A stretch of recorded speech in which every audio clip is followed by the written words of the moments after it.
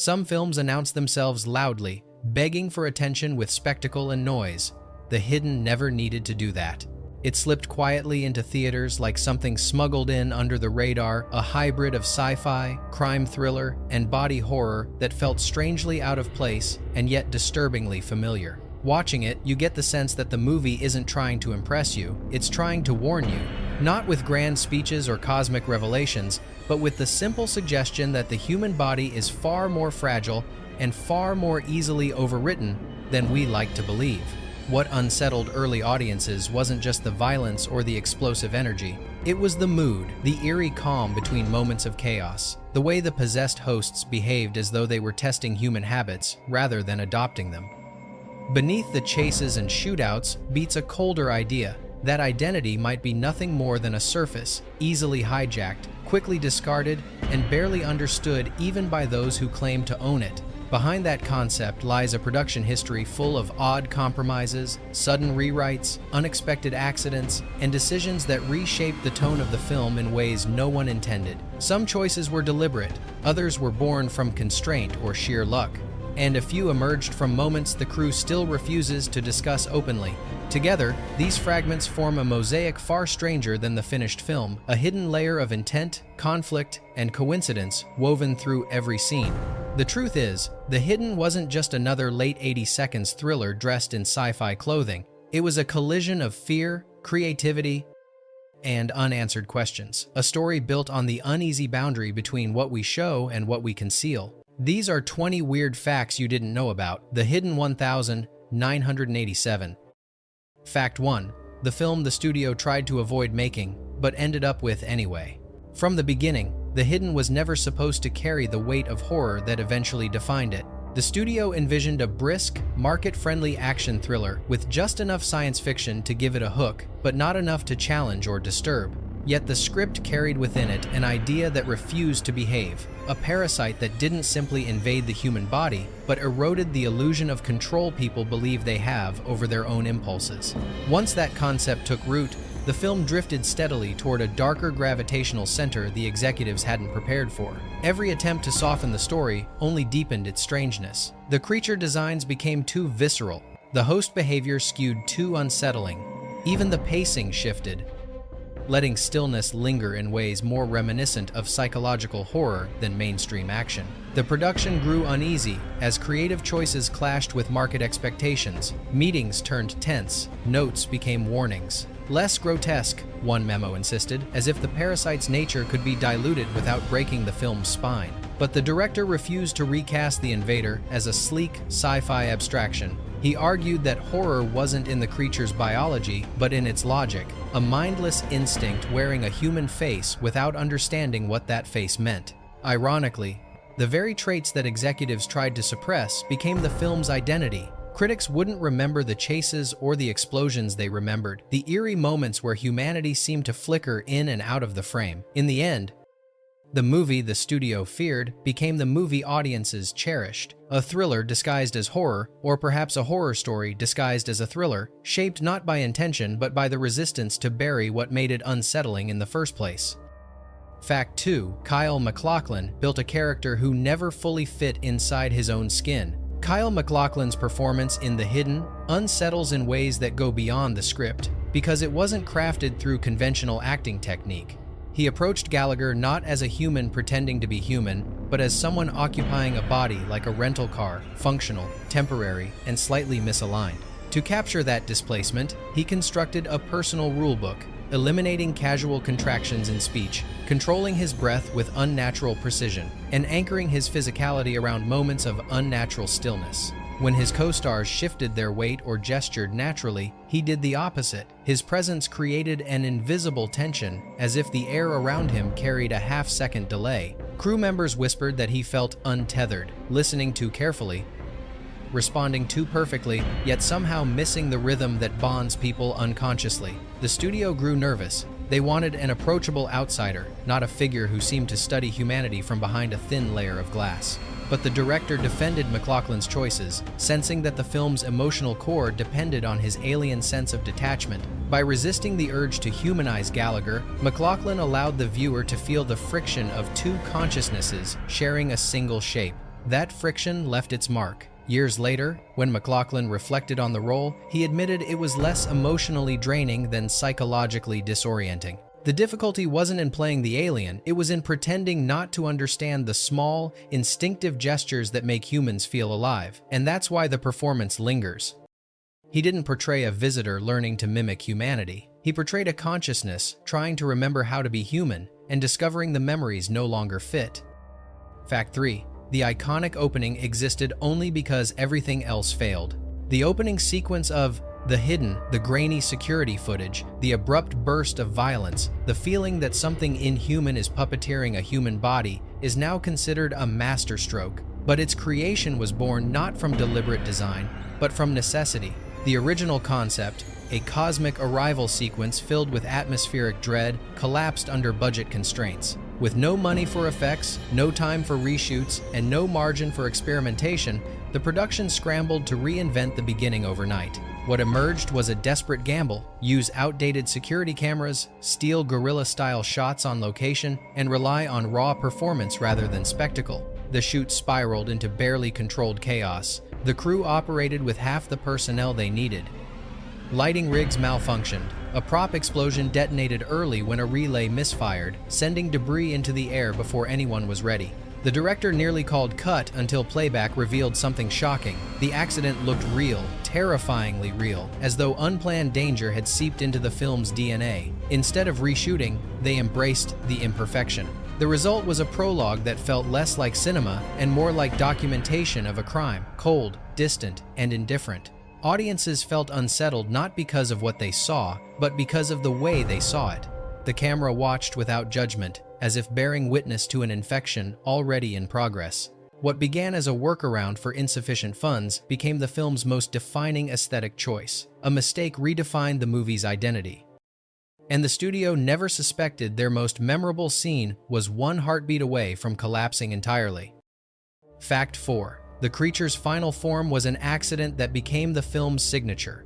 The alien parasite that audiences remember today wasn't the creature anyone planned to show on screen. Early designs imagined something angular and insect-like, a predator rendered with the elegance of a deep space organism. But the more sophisticated the sketches became, the more obvious it was that the effects team lacked the resources to bring them to life. Complex animatronics locked up, the articulated limbs refused to synchronize. Tests that should have revealed menace instead generated laughter. The creature, in its original conception, simply could not survive outside the drawing board.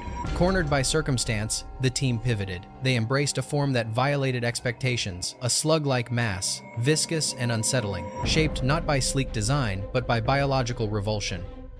Executives recoiled at the first test footage, calling the creature grotesque, primitive, too wet for mainstream sci-fi. But the director saw something in its shapelessness, a physical metaphor for the parasite's nature, a presence that didn't need sophistication to dominate its host. Filming the transfer sequence proved far more difficult than crafting the puppet. Under hot studio lights, the gel-coated body emitted a strong, musky odor that clung to the actors and equipment. The puppeteers struggled to maintain control as the creature slithered unpredictably, slipping free of grasp or folding in on itself at the wrong moment. 19 takes were ruined by off-screen gagging, the sound crew fighting to keep retching noises out of the audio. Yet the very qualities that made shooting miserable gave the creature its unforgettable realism. It didn't move like a designed effect. It moved like something that should have remained hidden in a place without light or names. Perhaps that's why audiences couldn't shake it. The alien wasn't elegant or mythic. It was a mistake made horrifying, a biological smear that felt too real to be entirely cinematic. Fact 5. The alien's vocalization came from a sound no one was supposed to hear again. Of all the film's unsettling details, the alien's shrill, wet vocalizations remain among the most disturbing. Viewers often assume these sounds were crafted through digital synthesis or animal recordings stretched beyond recognition. In truth, their origins lie somewhere far stranger. The sound designer, known for his fascination with what he called liminal noise, reached into his private archive and retrieved a tape he had recorded years earlier during an anatomy demonstration. It contained the hollow rasp of air being pulled through a cadaver's trachea by a medical suction device. He treated the recording with reverence and unease, layering it beneath rubbery frictions, slowed mechanical pulses, and manipulated frequencies from a malfunctioning synthesizer.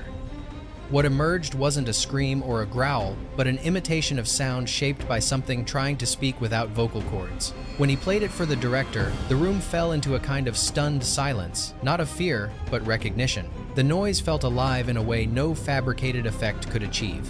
The studio rejected it immediately, claiming audiences would find it too distressing, too biological, too close to something they wouldn't be able to name. But the director pushed back, arguing that the alien needed a voice that didn't fit any familiar taxonomy. It had to communicate the idea that whatever lived inside those human bodies wasn't mimicking life, it was intruding on it. The final mix softened none of the sound's uncanny resonance. Critics praised the creature's voice as uniquely memorable, but none suspected its almost taboo origin.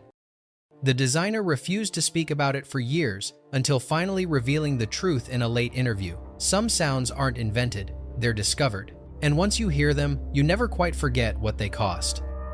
Fact 6. The car chases were so chaotic, they bordered on illegal.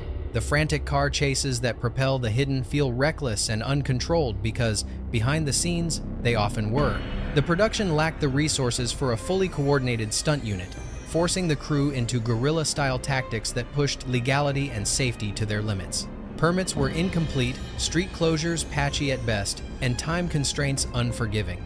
As a result, many sequences were captured not through precision, but through sheer speed. Film the moment, get out before authorities arrived, and hope nothing went wrong. The cafe destruction scene is a prime example. The stunt driver was instructed to hit a narrow mark between two fragile, camera-rigged tables. With only partial street control, real pedestrians were closer than anyone liked to admit. One slight deviation would have turned the stunt into a genuine disaster. In another moment, when a car drifted inches from a ground-level camera, the operator refused to stand in position, forcing the crew to strap the equipment to a sandbag and pray the vehicle didn't skid too wide. When reviewing dailies, the crew saw footage that looked terrifying precisely because it was. The vibrations, the unpredictability, the way cars seemed to lunge rather than glide, none of it could be replicated safely. The team quietly agreed never to discuss how close they had come to catastrophe. They stored the most dangerous shots separately, unsure whether the studio would approve or shut them down entirely. Ironically, those risky moments became the film's heartbeat. Critics admired the raw intensity, praising the chases for their gritty realism. No one suspected how much of that realism came from the crew outrunning the consequences of their own decisions. The danger wasn't staged, it was captured. Fact 7. The possessed hosts moved like people whose minds had been interrupted. One of the eeriest qualities of the hidden is the way each host behaves once the alien slips inside them. Their movements feel recognizably human yet disturbingly off, as if instinct and intention were out of sync by a fraction of a second. Audiences assumed the actors improvised these strange rhythms, but their performances were shaped by something far more clinical. Early in rehearsals, the director invited a neurologist to screen rare footage of patients experiencing dissociative episodes, temporal lobe disruptions, and involuntary motor conflicts. These weren't meant to be imitated. They were meant to provide a framework for understanding how consciousness fractures when something else commandeers the nervous system. The actors studied the patterns: delay before reaction, sudden stillness after movement, gaze that seemed to track sound rather than emotion. Some left the room visibly shaken. Others scribbled detailed notes, building their characters from fragments of neurological disarray. The goal wasn't to craft monsters, but to portray bodies behaving under instructions they did not generate. That subtle miscommunication between mind and flesh became the film's most chilling signature. On set, the approach created moments the director never expected. During a night shoot, one performer held an unbroken stare long after the camera stopped rolling, as if trapped inside the technique. Crew members later admitted they weren't sure whether he was acting or momentarily lost within the mindset he'd been studying. It wasn't fear they felt, but a quiet recognition of how fragile the boundary between control and surrender can be.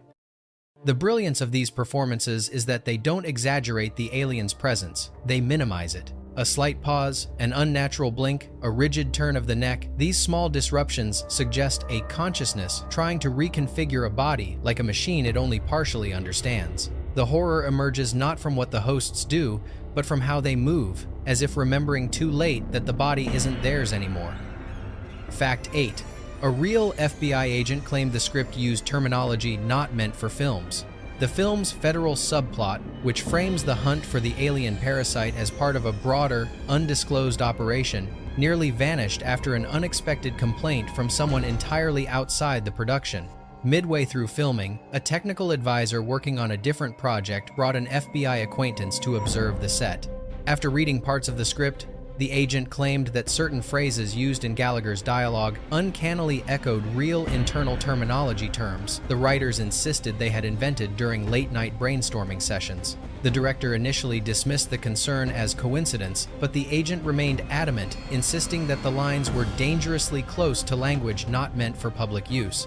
The revelation unnerved the studio, which feared the perception of exposing classified procedures, whether real or imagined. Executives considered removing the federal thread entirely and refocusing the film as a purely terrestrial crime story. The director pushed back, arguing that the narrative required the tension between local law enforcement and a secretive outside force. Without it, the story would lose its sense of scale and its thematic undertow that the parasite wasn't just a threat to individuals, but to the institutions meant to protect them. After internal debate, a compromise was reached. Several lines were softened or rephrased, and one specific sentence, allegedly the most accurate one, was removed completely. According to a crew member, the line referenced the tracking of non-conforming biological vectors, a term the writer swore he invented spontaneously. The strangest part came years later, when the production received an anonymous letter praising the film's fidelity of tone. No signature, no indication of its sender, only a brief acknowledgement that the fictional agency felt appropriately represented. Whether it was a fan, a prank, or something more official remains unresolved. But it left the cast and crew quietly wondering how much of their invention had wandered too close to something real. Fact: Jevianch, the dog scene, left the crew uneasy long after cameras stopped rolling. The brief moment where the alien appears to occupy a dog became one of the film's most quietly disturbing images, precisely because it exploited innocence rather than spectacle. What most viewers never guessed is how tense and precarious the shooting of that scene really was. The dog was well trained, capable of maintaining stillness even under distraction, but the environment created hazards no one anticipated. Electrical cables snaked across the dimly lit set, and remnants of special effects gel lingered on the floor from an earlier transfer shot. During the second take, the animal slipped, skidding dangerously close to a lighting rig that could have toppled with the slightest impact. The trainer sprinted forward in time, and the dog emerged unharmed.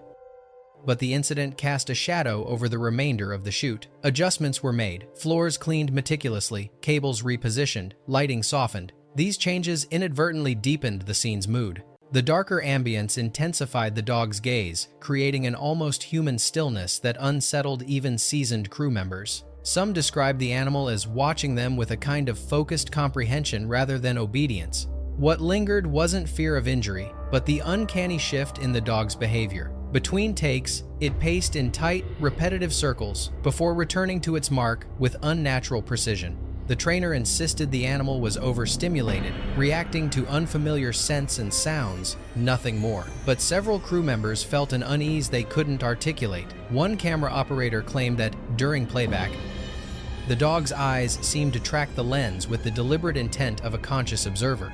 In the final cut, the moment lasts only seconds. Yet the tension of its production, the near accident, and the strange intensity of the dog's stare infused the footage with an authenticity no one planned for. It's a reminder that some of the film's most haunting moments were shaped not by effects, but by the unpredictable presence of a living creature whose behavior drifted just close enough to the uncanny to feel wrong in all the right ways. Fact 10. The score was composed to sound like music from a world that didn't belong here. Nothing in the hidden feels entirely comfortable, and the music may be the most quietly disturbing element of all. While audiences often remember the film's kinetic energy, few realize the soundtrack was engineered around a deliberate philosophy. The alien does not fit into human existence, and therefore the music should not fit into human ears. The composer rejected stable harmonies, traditional rhythms, and predictable cadences. He sought instead a sound pulled slightly out of alignment, where every note felt like it arrived from a place unaccustomed to human structure. He recorded instruments tuned fractionally off-key, creating intervals that clashed in ways most musicians would immediately correct. Guitars were detuned by microsteps, Synthesizers were programmed to drift unpredictably, and strings were bowed at angles that produced harmonic overtones rather than classical tones. He wanted the score to feel like something attempting to imitate music but misunderstanding the rules, like an intelligence studying rhythm through faulty translation. The most unusual session involved a malfunctioning synthesizer whose internal oscillator slipped out of sync during a take. Instead of discarding the error, the composer sampled the drift and used it as the foundation for several cues. The tone warbled, pulsed, and collapsed in on itself, evoking something organic yet mechanical, a sonic equivalent of the parasite's confused relationship with its hosts. The studio resisted these ideas, fearing audiences would interpret the score as amateurish or broken. But the director insisted the dissonance was essential to the film's identity. The music didn't need to be pleasant, it needed to be disquieting. It had to live beneath the action like a second consciousness, one that never fully resolved its own intentions. In the end, critics would retrospectively praise the soundtrack as innovative, even prophetic. What they didn't know was that its power came not from mastery of musical rules, but from the decision to break them in ways that mirrored the aliens' own inability to belong. It wasn't a score meant to accompany the film, it was a score meant to haunt it. Faktiednashtya, a strange figure caught in a reflection, created a mystery the crew couldn't explain. One of the film's most persistent behind-the-scenes legends began with a moment no one on the production noticed during filming. In a brief shot where the camera pans across a storefront, a reflection appears in the glass. A man standing motionless, pale, sharply dressed, and entirely out of place in the surrounding chaos. He does not move. He does not acknowledge the scene. He simply exists, as though observing from a parallel space the film accidentally captured. At first, fans assumed it was a crew member inadvertently caught on camera, but the angle made this impossible. The shot was taken from an elevated rig, positioned in such a way that no technician could have stood where the reflection appeared. When editors revisited the raw footage, they noticed something stranger. In alternate takes, the figure appears in precisely the same spot, maintaining the same posture. Yet in one take, he vanishes completely. There is no transition, no motion blur, no logical explanation. He is simply gone. Archivists attempted to identify the figure, checking call sheets, costume logs, and continuity notes. Nothing matched. The director dismissed the anomaly as a trick of overlapping reflections, but even he admitted privately that the geometry didn't align. A camera operator offered a poetic explanation, suggesting the figure was a ghost of the lens, created by the layering of glass and artificial light, but the certainty in his voice wavered. Years later, discussions resurfaced on internet forums where fans dissected the reflection frame by frame, arguing about whether the figure's face changed subtly between takes. The theories ranged from mundane to fantastical. What mattered wasn't the truth, but the unsettling effect of the image itself. It felt like a presence watching the film, rather than a participant caught in it. The reflection remains one of the film's strangest byproducts. Not an Easter egg, not a mistake, but an accidental riddle embedded in the celluloid. Sometimes, a story reveals what it intends. Sometimes, it reveals things it doesn't understand. Fact 12. The director secretly measured audience fear to redesign the film's tension. Most filmmakers test their movies through surveys and comment cards, but The Hidden's director pursued something far more intimate and ethically ambiguous. He arranged a series of unpublicized test screenings where selected viewers were unknowingly monitored for physical signs of fear. Cameras positioned behind seats recorded microflinches, involuntary shoulder movements, and facial reactions. Hidden sensors in armrests detected grip strength spikes during moments of tension. Even the temperature of the auditorium was manipulated to keep audience physiology more responsive. He wasn't searching for startles or screams. He was mapping the deeper architecture of dread, the kind that unfolds silently. The results surprised him. The biggest spikes didn't correspond to action or violence. They appeared during long, quiet moments where a possessed host simply existed standing too still, blinking at the wrong time, processing the world with a gaze that felt borrowed rather than lived. These readings convinced him that fear in The Hidden wasn't created by chaos, but by interruption. Humanity disrupted from within, familiar behavior rendered subtly wrong. Armed with this data, he re-edited the film. Several scenes originally cut for pacing were restored. Shots of unnatural silence were lengthened by a few frames. Dialogue pauses were widened to allow the alien's presence to seep further into the atmosphere. The studio was never informed of the experiment, nor were the participants, a decision the director later described as necessary but uncomfortable. The strangest part is that the audience's reactions shaped the film in ways they never realized. Their bodies, not their opinions, determined the rhythm of tension. When viewers later described the film as watching them back, they weren't entirely wrong. For a brief moment in the editing room, their subconscious responses held more influence than any script note. Fact 13. The body count shrank because a psychologist warned the film was too numbing. In its earliest drafts, The Hidden was designed to be relentless. The alien parasite would leap rapidly from host to host, leaving a trail of bodies that emphasized its unstoppable momentum. But when a clinical psychologist contracted by the studio reviewed the script, he raised an unexpected concern. He argued that too many on-screen deaths, particularly when delivered without emotional space, wouldn't heighten fear. They would erase it. According to him, viewers don't respond to sheer quantity. They respond to anticipation, delay, and implication. Excessive violence would not shock audiences, but anesthetize them. The director didn't immediately agree. His initial vision relied on chaos, a world collapsing under an invasive presence, but the psychologist's logic lingered. He noted how horror becomes less frightening when it becomes predictable, and more disturbing when it interrupts stability. A single, deliberate death carries more narrative weight than a dozen rushed ones. When the production team revisited the storyboards, they realized he was right. Some sequences felt more like spectacle than dread. Several scenes were removed before filming began. One involved the alien triggering devastation inside a police precinct, designed as a large-scale massacre that would saturate the film's midpoint with shock value. Another, set aboard a crowded bus, depicted multiple victims collapsing in rapid succession. Both were discarded in favor of smaller, more intimate confrontations that encouraged the audience to focus on the hosts themselves rather than the casualties they caused. Unexpectedly, the reduction in body count made the parasite feel more intentional, almost selective. Each host carried narrative weight, revealing different aspects of human behavior the creature seemed to probe or exploit. The violence became personal, not random. By the time production wrapped, the psychologist's influence had quietly reshaped the emotional architecture of the film. In a strange twist, less death brought more dread. It allowed the horror to breathe, to linger, to leave enough empty space for the viewer's imagination to fill with something far worse than numbers. Sometimes restraint cuts deeper than excess. Fact 14. A scrapped subplot suggested the alien wasn't the only visitor on Earth.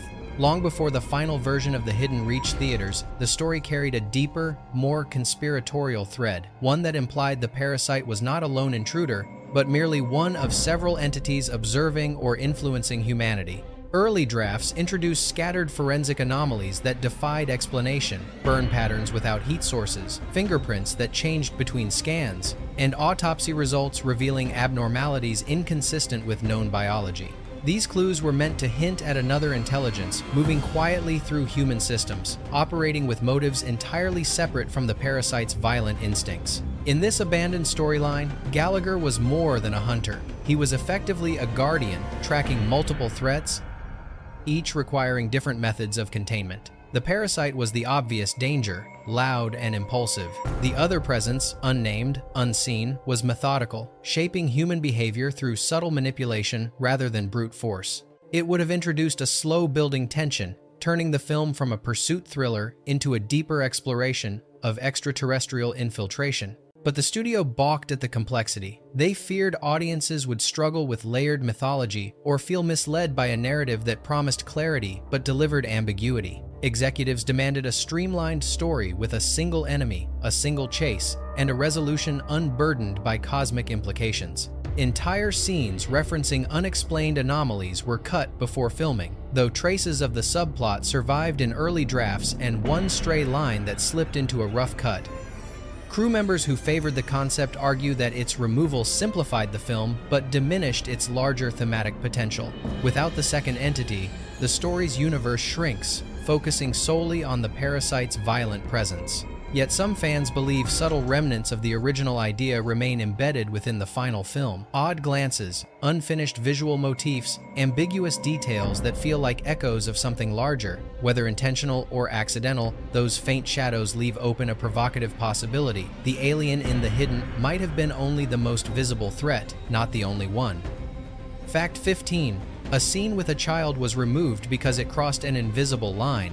Among the many decisions made in the editing room, the removal of a quiet scene involving a young child remains one of the most debated. The sequence was brief: a newly possessed host wandering through a playground at dusk, observing children with a gaze devoid of malice, but equally devoid of comprehension. It wasn't meant to depict harm. It was meant to illustrate how alien the creature truly was, an intelligence trying to decode human innocence without understanding the social and emotional boundaries that shaped it. But the moment took on a different tone when filmed. The child actor, unaware of the full context, reacted with genuine confusion and fear when the host approached. His retreat wasn't staged. His trembling wasn't rehearsed.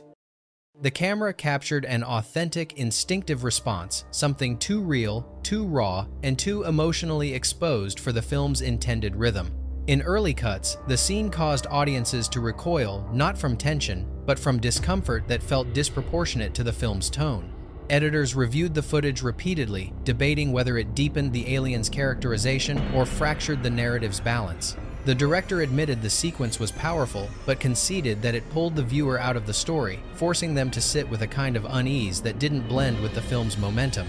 The studio feared backlash from depicting terror in a child's eyes, even if unintentional and non-violent. The scene was removed, leaving only tonal echoes. In the final cut, brief moments where the parasite studies human behavior still carry a trace of that lost sequence's unsettling honesty. It suggests that the alien observes more than it understands, and sometimes what it observes pushes the boundary of what audiences are comfortable watching.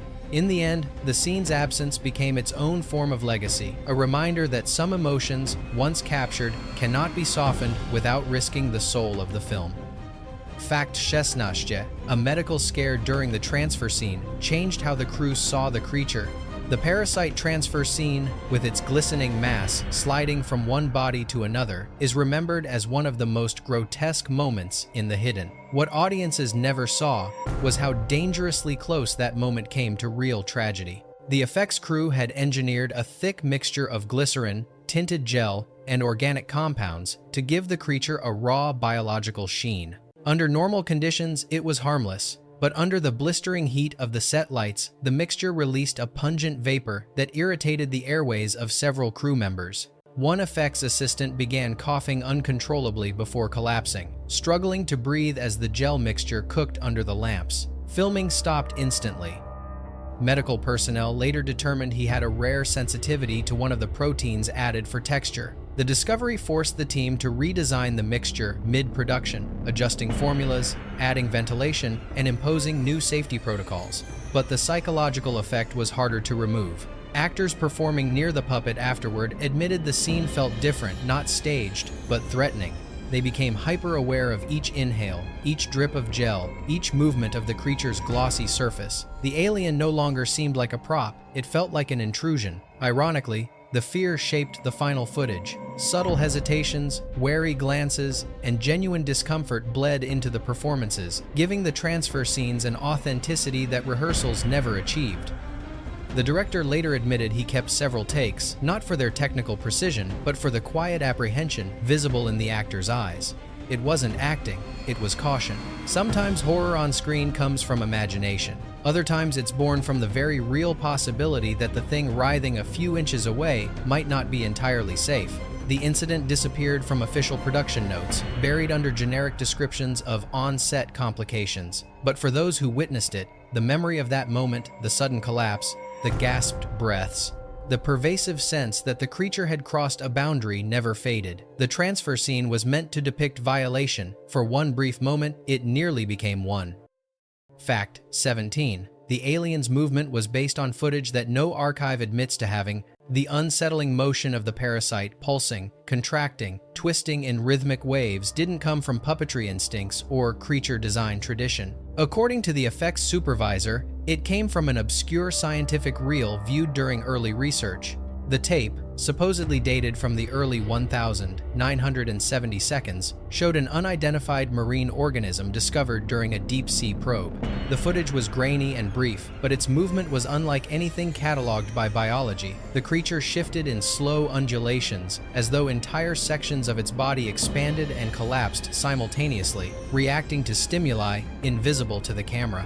The team replayed the reel obsessively, studying how the organism rotated without limbs, how its form reshaped itself in response to pressure, and how its rhythm felt both primitive and purposeful. They incorporated these observations into the puppet's internal structure, using flexible inner ribs and heating elements to mimic the soft, breathing quality of the unknown species. The resulting movement felt wrong in a way no artificial animation could replicate, too fluid to be mechanical, too inconsistent to be mammalian. When journalists later attempted to identify the source of the footage, the university archive where the tape was allegedly stored claimed no such reel existed. Catalog records showed no anomaly file, no oceanographic note, no entry corresponding to the supervisor's description. Attempts to trace the physical copy failed. The effects supervisor insisted he watched it with his own eyes. Archivists countered that the tape must have been mislabeled or misremembered. The contradiction became a quiet curiosity among fans. Some believed the footage was simply lost in the shuffle of analog storage. Others voiced more unsettling theories. But regardless of the truth, the parasite's lifelike motion carries the echo of that mysterious organism, a fragment of something observed once, documented briefly, and then erased from the institutional memory that was supposed to preserve it. Sometimes inspiration comes from nature. Other times it comes from something nature forgot to classify. Fact 18. A removed scene implied the alien absorbed the emotions of its hosts. In its final form, the alien parasite appears driven by instinct alone, a force of hunger, violence, and survival. But an early sequence suggested something more complex, that the creature retained shards of its host's memories, carrying with it echoes of the lives it consumed. The deleted scene featured the parasite inhabiting a dying man in a hospital, and for a moment, appearing overwhelmed by a rush of sensory impressions. The man's childhood, his regrets, his fleeting joys, flickers of human experience played subtly across the host's expression as the alien paused, as though suddenly burdened by emotions it had no framework to understand. The moment was filmed in long, deliberate takes. The director instructed the actor to navigate the space between comprehension and confusion, to perform as though a foreign intelligence were forced to experience feelings it couldn't name. The effect was haunting. Instead of portraying the parasite as a predator, the scene cast it as something confronted by the weight of a life it didn't intend to inherit. When early cuts were shown, the reaction was divisive. Some viewers found the moment profound, expanding the narrative beyond a simple manhunt. Others felt it destabilized the film's tone, introducing a layer of sympathy that clashed with the parasite's brutality. The studio panicked at the possibility of audiences empathizing with the alien. They wanted fear, not introspection. Emotional ambiguity, they argued, would fracture the thriller's momentum. The scene was removed entirely. Only fragments remain: first unit lighting notes, a few still photographs, and one brief mention in a production memo referencing memory bleed. Without context, those traces feel like artifacts from another version of the film, one where the alien's motivations were not purely predatory. Yet something of that idea survives. In subtle moments, the alien hesitates, observes, processes. Whether these traces are accidental or remnants of the removed storyline is unclear. But the deleted scene suggests a lingering question. When the creature takes a body, does it erase what came before, or does some part of the host continue to whisper inside it? Fact 19. An actor challenged the idea of blankness and changed the scene forever.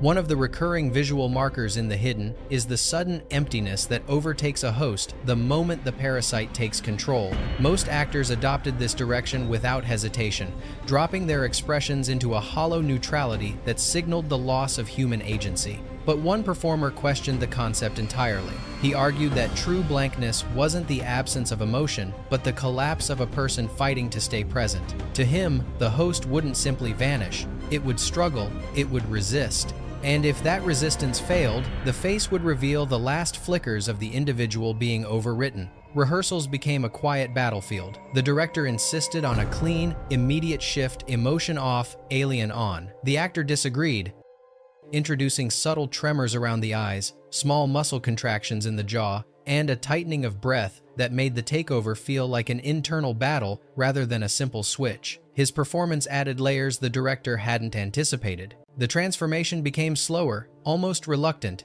as though the host's consciousness clung desperately to the body before the alien fully assumed control. When the footage reached the editing room, the effect was undeniable. The takeover sequence no longer read as a binary shift. It carried weight, the suggestion of a human being erased, not replaced. The studio objected, claiming the nuance contradicted earlier scenes, but the director defended it, believing inconsistency made the parasite more terrifying. Not every host would surrender the same way. Some would disappear quietly, others would fight, even if only for a fraction of a second. The final cut preserved the moment. It is easy to miss, a brief shudder of identity collapsing beneath a foreign will. But once noticed, it reframes every subsequent takeover. Behind each blank stare lies a question the film never answers directly. How much of the original person remains, trapped somewhere inside, long after the alien has taken the body for itself? Fact 20. The original ending left the audience with a question they weren't ready to face. The ending of The Hidden, that audiences know the one where Gallagher's sacrifice restores Beck to his family, was not the film's first conclusion. Early cuts presented something far more disquieting. After Gallagher transferred into Beck's dying body, the final scene lingered on the officer's return home. His daughter approached him slowly, sensing something altered beneath the familiar face. The camera held the moment without music, letting silence do the work. Beck didn't speak. He didn't smile. The ambiguity was suffocating. Was he truly Beck, or merely a vessel animated by Gallagher, with the original consciousness gone forever? When this version screened for a small test group, the reaction was immediate. Viewers didn't feel moved or thrilled. They felt abandoned. The emotional contract the film had quietly built the bond between Beck and Gallagher. The shared struggle fractured under the weight of the uncertainty. Several audience members described the ending as cruel, not because of what happened, but because of what the film refused to confirm. The studio panicked at the negativity. They demanded clarity, hope, and catharsis. Reluctantly, the director reworked the final moments. Music softened the tension. Beck's demeanor warmed. The ambiguity faded. Replaced by a sense of closure the studio considered essential. But traces of the original ending remain in Beck's final scenes, subtle enough to overlook yet impossible to erase entirely. The slight stiffness in his posture, the quiet watchfulness in his gaze, the faint suggestion that Gallagher may not fit inside his new body as seamlessly as the rewritten ending implies. The film ultimately chose reassurance over discomfort. But the abandoned ending lingers like a ghost, a reminder that the story could have concluded with a far more unsettling question. When a consciousness replaces another, is the result salvation, or an unspoken loss that no one is willing to acknowledge? Bonus fact, a missing workprint suggested a different film, and then it vanished without a trace. Long after The Hidden left theaters, whispers began circulating among former crew members about a reel that no one outside post-production was ever meant to see. It wasn't a deleted scene compilation or an alternate cut prepared for rating boards. It was something stranger, a workprint assembled early in the editing process that explored a colder, more introspective version of the film's final act. This reel reportedly contained alternate edits of several key scenes, extended moments of silence, and at least 2 sequences that shifted the narrative's perspective closer to the alien itself. It wasn't meant to inspire sympathy, but it altered the creature's presence in a way that made the world around it feel disturbingly fragile. Multiple editors recalled screening the reel in a small projection room late one night, discussing whether its tone leaned too far into existential horror. The pacing was slower, the transitions sharper, and the parasite's movements lingered just long enough to feel as if it were observing rather than fleeing. Notes were made, debates were held, and then the reel disappeared. When archivists conducted a routine inventory years later, the canister labeled Workprint C9 was missing from the shelf where it had been stored. No checkout slip, no transfer documentation, no record of its removal. Some believed it was simply misfiled and later destroyed during a storage overhaul. Others suspected a deliberate decision not by the studio, but by someone who disliked what the reel implied about the alien's interiority. A few who claimed to have seen it insisted the alternate material suggested a version of the story where the parasite wasn't merely a threat, but a witness, absorbing the contradictions of human behavior with a clarity that bordered on judgment. What remains today are only fragments, scribbled margins in old editing notes, faint references to scenes that no longer exist, and the uneasy certainty shared by those who viewed the vanished reel. They all agree on one thing: if Workprint C9 had survived, audiences would have seen a different side of The Hidden, one that stared back at humanity with a gaze as cold and searching as the creature that walked through the film's story. If you've followed this story to its end, you already know that The Hidden is far stranger than its reputation suggests. Behind every effect, every performance, and every vanished reel lies a puzzle that invites more questions than answers. Tell us in the comments which detail unsettled you the most, and which theory you believe shapes the film's true identity beneath its surface. And if there's another title you'd like us to investigate next, let us know. We're always ready to dig deeper into the shadows where the forgotten truths tend to hide.